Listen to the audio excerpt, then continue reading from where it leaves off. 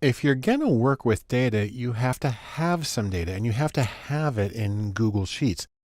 Now, the fundamental way to do this is to enter the data directly into Google Sheets. And there's a lot of times where that's the preferable solution. If you're going to be working with a statistical program like SPSS or SAS, it's so much easier to put it into a spreadsheet. There's a lot of advantages to it. One is it's really easy to share and have several people working simultaneously on what you're doing here. Now, I want to show you if you're going to be entering data manually, and say, for instance, you're going to be entering it based on paper surveys that you have, there's a few things you want to do to make your life a little easy. First off, you want to have what's called tidy data. That's a term developed by Hadley Wickham, who works with the statistical programming language R. And it means that a variable is the same thing as a column and that a case is the same thing as a row. And there's no funny business going on in your sheet. So let's start with this one. If you're entering paper, the first thing you need to do is have an ID number so that you can find the piece of paper in case something gets entered wrong. Now, you may need to get out a pen and write these numbers on a piece of paper. And then maybe you start putting in the questions. Now, I want to show you something kind of neat that Google Sheets and Microsoft Excel are able to do. And what that is propagating. So if you take a pattern that's easy to follow, so for instance, I like to type Q01 where Q is for question, and then do Q02 for question 2. Mind you, I'm not doing Q1, Q2 because it's going to think that means quarter 1, quarter 2 in the year. But if I do the leading zeros, especially if there's more than 9 questions, this is important. I can select those first 2, then I can just drag them over and it will propagate and fill in with the same pattern. You can do that for however many you have.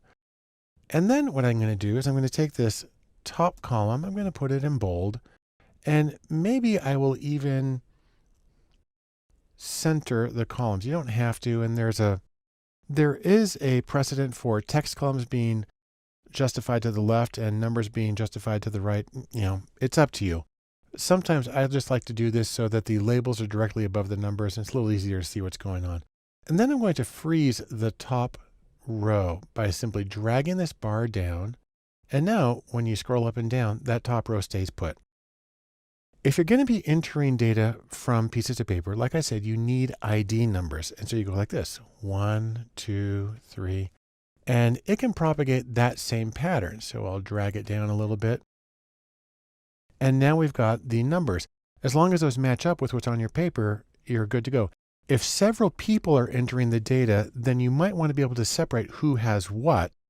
And the first person might start with 101 and then 102. So the first, the 100 indicates the person. The second number indicates which one they're working on. And then the next person can start with 201 and 202. It's okay that there are gaps that you go straight from 107 to 201. You just can't have repeats. That's the important thing. And this way, people can be working separately on their own computers and they can be entering the data simultaneously in the same sheet and it gets in there. It's wonderful. And so the very simple method for entering this is to type in a number. Let's say you've got a rating scale and people are putting in a number. And then I hit tab, go to the next one, or a right arrow, 9. And I can go through and enter like this. I'm just hitting tab at each point. When I get to the end, I hit return. And it takes me back to where I started on the first line. And I can go on like this. I can type in the data however I want. If you have missing data, if a person didn't answer a question, it's best to simply leave it blank.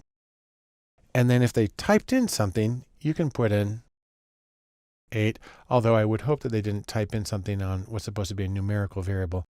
But the idea here is you can put in whatever you want and you enter the data all the way through. And now you have entered your data manually and you're prepared to do subsequent analyses.